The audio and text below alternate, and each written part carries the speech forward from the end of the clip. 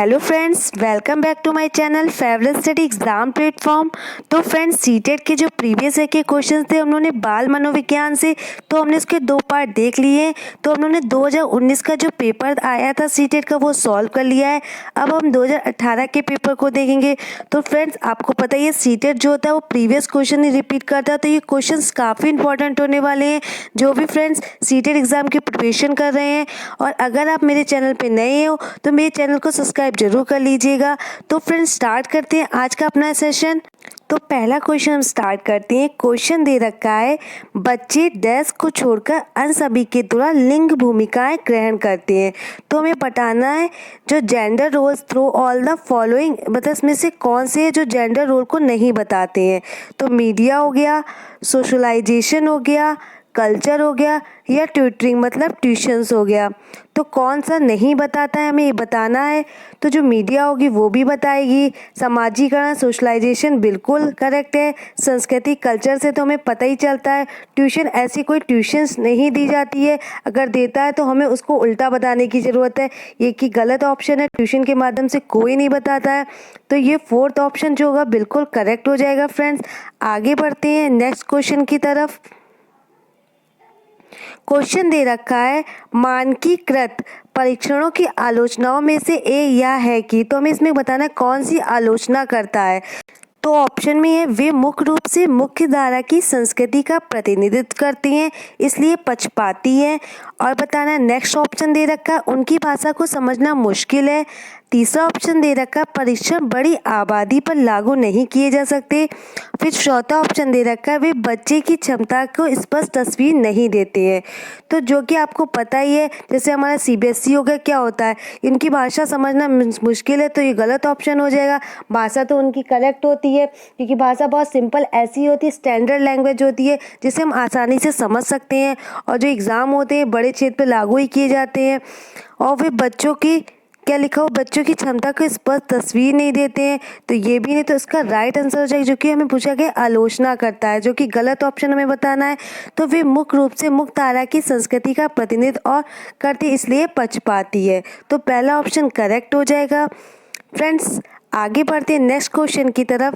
लिखा हुआ है, the theory of multiple intelligence says that. तो हमें बहुबुद्धि सिद्धांत के बारे में कौन सा स्टेटमेंट सही है बताना है। तो बहुबुद्धि सिद्धांत किसने दिया था, हार्वर्ड गार्डनर ने, जो आपको पता ही है। तो हमें बताना है, ऑप्शन पहला दे रखा है, बुद्धि जो है तेजी से बढ़ाई जा सकती है। बुद्धि जो है वो कई प्रकार की हो सकती है, या पेपर पेंसिल परीक्षण जो सहायक नहीं है, या प्रभावी अध्यापन के द्वारा जो बुद्धि है बढ़ाई जा सकती है। तो आंसर कीजिए फ्रेंड्स। तो इसका करेक्ट आंसर हो जाएगा फ्रेंड्स, जो बुद्धि होती है तेजी से, ऐसा कुछ है ही नहीं कि बुद्धि को आप एकदम से बढ़ा देंगे, इनकरेक्ट हो गया। बुद्धि कई प्रकार की होती है, तो यही आपको मैंने बताया, जो बुद्धि होती है वो मल्टीपल टाइप की होती है, जो हार्वर्ड गार्डनर ने दी है। पेपर पेंसिल परीक्षा सहायक नहीं, ये तो गलत ही हो जाएगा। आगे बढ़ते अपने अगले क्वेश्चंस की तरफ। क्वेश्चन दे रखा है, शिक्षक सीखने के लिए मूल्यांकन मतलब असेसमेंट फॉर लर्निंग, और सीखने के मूल्यांकन मतलब असेसमेंट ऑफ लर्निंग। तो ऑफ और फॉर लर्निंग का उपयोग कहाँ करते हैं, तो हमें बताना है। तो मैं आपको क्लियर कर दूँ, असेसमेंट ऑफ लर्निंग क्या होता है और फॉर लर्निंग क्या होता है। तो असेसमेंट जो ऑफ लर्निंग होता है वो होता है, तो ऑफ लर्निंग होता है जिसमें जो बच्चे का जो आकलन होता है वो सब कुछ हो जाने के बाद आकलन किया जाता है। फॉर लर्निंग मतलब सीखने के साथ साथ आकलन। तो आइए देखते हैं ऑप्शन में कौन सा ऑप्शन है जो दोनों मूल्यांकन को बताता है। तो पहला दे रखा है, बच्चों की प्रगति और उपलब्धि स्तर को जानने में, या दूसरा दे रखा है, बच्चों की सीखने की ज़रूरतों को जानने में और तदनुसार शिक्षा रणनीति का चयन करने में, या नेक्स्ट दे रखा है, आवधिक अंतरालों पे बच्चों के प्रदर्शन का आकलन करने और उनके प्रदर्शन को प्रमाणित करने में, या फोर्थ ऑप्शन दे रखा है, बच्चों की प्रगति की निगरानी करने और उनके सीखने के अंतराल को भरने के लिए उचित लक्ष्य निर्धारित करने में। तो हमें बताना है किसमें असेसमेंट ऑफ लर्निंग और असेसमेंट फॉर लर्निंग हुआ है। तो उसका पहला ऑप्शन बिल्कुल करेक्ट हो जाएगा। बच्चों की प्रगति को मतलब बच्चे कहाँ प्रोग्रेस कर रहे हैं, और मतलब तो ये क्या हो जाएगा, असेसमेंट फॉर लर्निंग मतलब साथ ही साथ आकलन, और उपलब्धि स्तर को जाने की मतलब ने कितना बच्चों ने मतलब अचीव किया है, तो ये ऑफ लर्निंग हो जाएगा। तो पहला ऑप्शन बिल्कुल करेक्ट हो जाएगा। आगे बढ़ते हैं नेक्स्ट क्वेश्चन की तरफ। क्वेश्चन दे रखा है निम्नलिखित में से कौन सा सतत और व्यापक मूल्यांकन से संबंधित नहीं है। तो कौन सा कॉन्टिन्यूअस एंड कॉम्प्रेसिव इवैल्यूएशन बताना है। जो किसने दिया था, ये सीबीएसई के द्वारा दिया गया था। तो उसमें बताना है कौन सा संबंधित नहीं है। तो हम पहला दे रखा है it has been mandated by the right to education act of India, मतलब कि हमें भारत के शिक्षा के अधिकार अधिनियम द्वारा अनिवार्य किया गया है। या दूसरा दिया गया है it is an integral part of teaching learning process, मतलब कि यह शिक्षा अधिगम प्रक्रिया का एक अभिन्न अंग है। या तीसरा ऑप्शन दे रखा है it focus on child's achievement in different learning areas, मतलब कि यह विभिन्न शिक्षा क्षेत्रों में बच्चों की जो उपलब्धि है उन पर केंद्रित है। या फोर्थ ऑप्शन दे रखा है it is useful to label children as slow poor and intelligent, मतलब कि बच्चों को धीमे, खराब या बुद्धिमान के रूप में चिन्हित करने के लिए उपयोगी होता है। तो जिससे आप समझ ही गए होंगे कि जो सतत एवं व्यापक मूल्यांकन है वो किसको करता है। यह शिक्षा अधिगम प्रक्रिया का अंग भी है, या शिक्षा अधिकार अधिनियम का एक अनिवार्य भी किया गया है, या विभिन्न क्षेत्रों में बच्चों की उपलब्धि पे भी केंद्रित है। तो उसका जो फोर्थ ऑप्शन हो जाएगा वो करेक्ट हो जाएगा। जो कि नॉट लिखा हुआ है तो हमें गलत ऑप्शन बताना है कि बच्चों को धीमे, खराब व बुद्धिमान रूप से चिन्हित करने में उपयोगी है। तो फोर्थ ऑप्शन करेक्ट हो जाएगा, जो कि गलत है। नेक्स्ट बढ़ते हैं अपना अगले क्वेश्चंस की तरफ। बच्चों की प्रतिभाशालिता के कारण हो सकती है, तो क्या हो सकती है, मतलब बताना जो गिफ्टेड बच्चे के कारण क्या हो सकता है। आनुवांशिकता और वातावरण के बीच एक अंतःक्रिया, मतलब जो हेरिडिटी और एनवायरनमेंट की जो गुणनफल होता है उसके द्वारा एक समृद्ध वातावरण, या फिर सफल माता पिता, या एक अनुशासित दिनचर्या। तो इसका राइट आंसर क्या हो जाएगा, जिसमें आपको सही आंसर यही होगा, आनुवंशिकता और वातावरण के बीच अंतःक्रिया। तो डेवलपमेंट क्या है, हेरिडिटी और इन्वायरमेंट का गुणनफल है। तो इसका राइट आंसर हो जाएगा, क्योंकि दोनों का इक्वल पार्ट होता है कि अगर हमें आनुवंशिकता भी मतलब बराबर में सहयोग देती है और वातावरण भी, दोनों से ही बच्चा जो होगा प्रतिभाशालिता होगा, मतलब उसके प्रतिभाशालिता के बच्चों का IQ कितना होता है, 140 प्लस होता है। नेक्स्ट बढ़ते हैं अपने अगले क्वेश्चन की तरफ। क्वेश्चन दे रखा है सामाजिक आर्थिक रूप से वंचित पृष्ठभूमि से आने वाले बच्चों को कक्षा में माहौल की आवश्यकता होती है। जो कि बच्चे जो होते हैं, जो ऐसे बच्चे बताने जिनको कक्षा जो वंचित पृष्ठभूमि से आते हैं। तो ऑप्शंस देखते हैं क्या दे रखा है। उन्हें अच्छा व्यवहार सिखाता है, या उनके सांस्कृतिक और भाषाई ज्ञान को महत्व देता है, उनका उपयोग करता है, या उनकी भाषा के उपयोग को हतोत्साहित करता है ताकि वे मुख्य भाषा की जो धारा है, मुख्य धारा की भाषा सीख सके, या बच्चों को उनकी क्षमताओं के आधार पर वर्गीकृत करता है। तो आंसर कीजिए।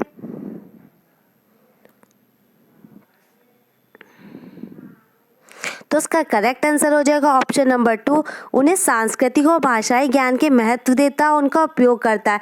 तो हतोत्साहित करना ये तो कोई ऑप्शन ही नहीं है। उनकी क्षमताओं के आधार पर वर्गीकृत करना, इसका तो वैसे भी विरोध किया जाता है। उन्हें व्यवहार सिखाता है, ये भी गलत है, क्योंकि बच्चा व्यवहार सिखाया तो नहीं रहता है, हर बच्चे में अपना अलग होता है, वो उसी हिसाब से अपनी चीज़ों को है मतलब सीखता है। तो ये जब अधिगम दिया जाता है, जब हमें ज्ञान दिया जाता है, तो शिक्षण किया जाता है, तो उसी के साथ बच्चा व्यवहार भी सीखता है। तो इसे कोई अलग से कुछ ऐसा नहीं सिखाया जाता। तो अगला बढ़ते अगले क्वेश्चन की तरफ दे रखा है। क्वेश्चन नंबर 18, कक्षा में सृजनात्मक मतलब जो क्रिएटिव बालक है और प्रतिभाशाली मतलब टैलेंटेड चिल्ड्रन के लिए आवश्यक हस्तक्षेप निर्भर करता है। तो किस पर निर्भर करता है हमें बताना है। शिक्षक द्वारा अनुकूलित और प्रेरक निर्देशक तरीकों के उपयोग पर, उन्हें अतिरिक्त समय दिए जाने पर, उन्हें उनके प्रति स्नेही होने के नाते पर, या उन्हें अन्य बच्चों को पढ़ाने की जिम्मेदारी देने पर। राइट आंसर हो जाएगा शिक्षक द्वारा अनुकूलित और प्रेरक निर्देशन तरीकों के उपयोग से। तो ये इसका राइट आंसर हो जाएगा। नेक्स्ट बढ़ते हैं अगले क्वेश्चन की तरफ।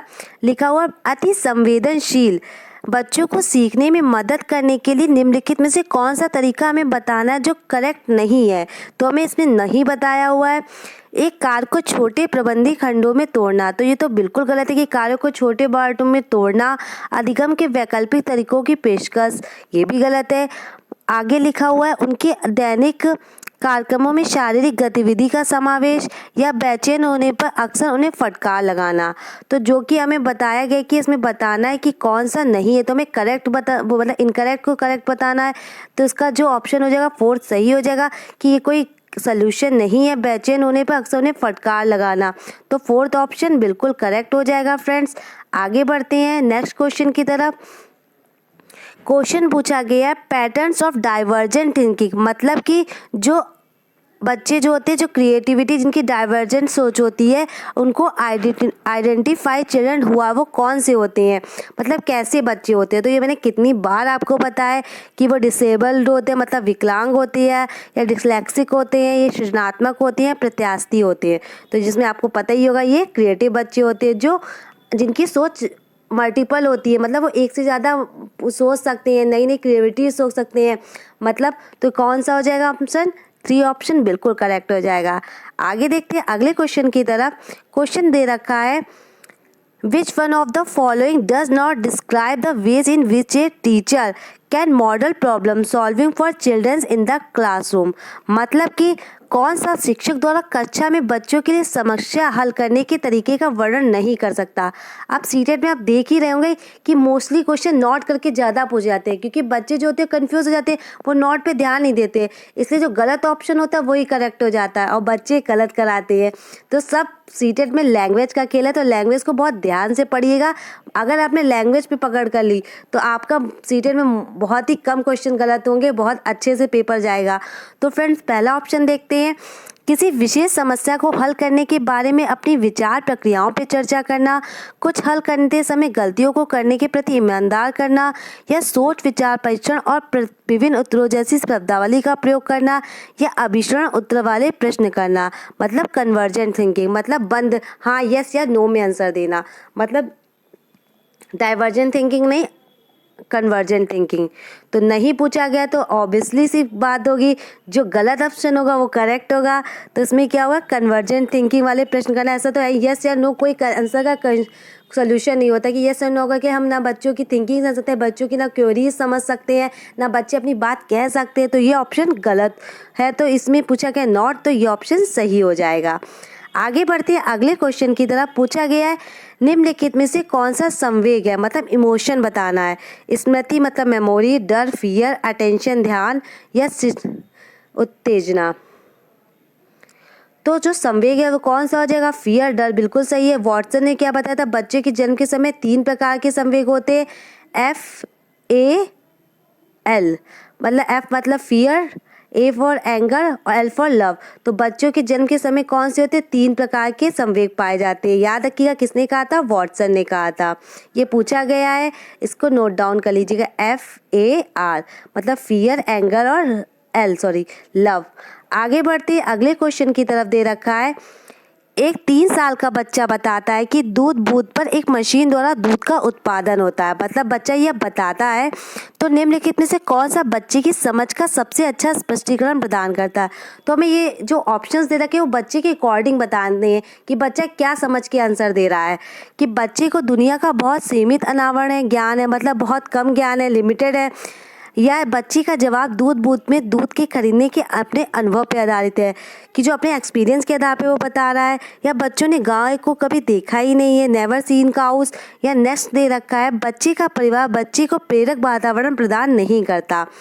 तो जो बच्चे का ये जो बताया कि जो दूध होता है, दूध जो एक मशीन द्वारा होता है, उसने अपना एक्सपीरियंस देखा होगा, उसने जो मतलब उसने देखा, जो उसने समझा, तो बच्चा अपनी थिंकिंग लगा रहा है। तो इसका ऑप्शन सही हो जाएगा कौन सा, बच्चे का जवाब दूध बूथ से दूध खरीदने के अपने अनुभव पे आधारित है, हमें बच्चे के द्वारा बताना है। नेक्स्ट बढ़ते हैं अगले क्वेश्चन की तरफ। क्वेश्चन दे रखा है निम्नलिखित में से कौन सा शिक्षक की भूमिका का सबसे अच्छा वर्णन करता है। तो हमें बताना है बेस्ट जो है वो डिस्क्राइब करता है टीचर्स रोल के बारे में सबसे अच्छा। तो ऑप्शंस दे रखे हैं 1 2 3 4, तो हमें सही बताना है कि क्या ऑप्शन होगा। आंसर कीजिए फ्रेंड्स। तो इसका राइट आंसर हो जाएगा आराम के लिए जगह बनाना, जहाँ बच्चे संवाद और पूछताछ के माध्यम से सीखते हैं। तो जब बच्चे को टीचर को ऐसा मतलब वो बनाना है जहाँ बच्चे अपनी बात को कह सके, पूछ सके, अपनी बात ज़्यादा से ज़्यादा पूछताछ कर सके। जितना ज़्यादा कन्वर्सेशन होगा उनके उतने डाउट्स क्लियर होंगे। तो इसका 4th ऑप्शन बिल्कुल करेक्ट हो जाएगा फ्रेंड्स। आगे बढ़ते हैं अपने अगले क्वेश्चन की तरफ। नेक्स्ट क्वेश्चन दे रखा है, निम्नलिखित में से कौन सी कक्षा समृद्ध शिक्षा को प्रोत्साहित करती है। मतलब हमें बताना है कि कौन सा जो इनकरेज करता है रिच लर्निंग को। वह कक्षा जिसमें प्रदर्शित विभिन्न प्रकार की सामग्री बच्चों की पहुंच से परे हो ताकि सामग्री लंबे समय तक चलती रहे। या फिर दूसरा ऑप्शन दे रखा है, वह कक्षा जिसमें खुली गतिविधि कोने हो और विभिन्न प्रकार के बाल साहित्य खुली ताक्ष में रखी हो जो दिन के किसी भी समय प्राप्त की जा सके। या तीसरा ऑप्शन दे रखा है, अलमारी में अच्छी तरह संगठित सामग्री वाली कक्षा जहाँ सामग्री को सप्ताह में एक बार मुक्त खेल के लिए बाहर लाया जाए। या फोर्थ ऑप्शन देगा, पाठ्य पुस्तक सामग्री द्वारा संचालित योजना के द्वारा बताना है अधिगम वाली कक्षा। तो क्या हो जाएगा इसका राइट ना, जो समृद्ध शिक्षा मतलब एक रिच लर्निंग को बताता है। तो ऑब्वियसली सी बात है, वह कक्षा जिसमें खुली गतिविधि हो, बच्चे बाल साहित्य की खुली मतलब रखी हो बुक्स जो दिन में किसी भी समय प्राप्त हो जब बच्चों को ज़रूरत हो, तो उसका ऑप्शन 2 बिल्कुल सही हो जाएगा। तो फ्रेंड्स आज हमने जो 2018 का पेपर था उसके 15 क्वेश्चन सॉल्व कर लिए। अब आगे के 15 हम नेक्स्ट वीडियो में देखेंगे। तो फ्रेंड्स कैसी लगी हो वीडियो ज़रूर बताइएगा। और फ्रेंड्स वीडियो अच्छी लगी हो तो लाइक शेयर सब्सक्राइब जरूर करिएगा और ज़्यादा से ज़्यादा लोगों में वीडियो को शेयर करिएगा। सीटेट के लिए काफ़ी इंपॉर्टेंट है। तो फ्रेंड्स आज के लिए इतना ही, कल मिलते हैं अगले सेशन की तरफ। तो friends thank you for watching. Thank you friends.